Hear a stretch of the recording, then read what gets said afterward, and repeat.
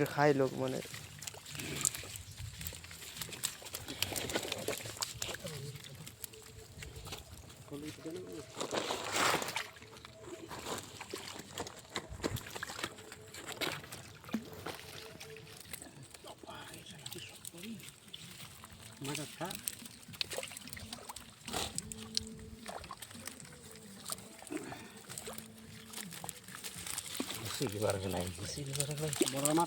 বড় মার